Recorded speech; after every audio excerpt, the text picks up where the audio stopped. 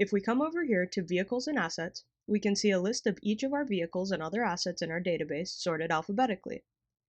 You can search for assets here, and you can filter them by ones that are active and archived within the past 7 days, only active, only terminated, or show all of the assets in your database regardless of status. Click this button to invert the sorting order, sort by device type instead of the default name, or sort by any of your device groups. These let you add vehicles and see installation history on your devices, which we'll cover separately in later videos. To run a report, click Reports and choose any of these to download an Excel version of the report, or click these 3 dots to download a PDF version, or view a preview of the report directly within MyGeotab.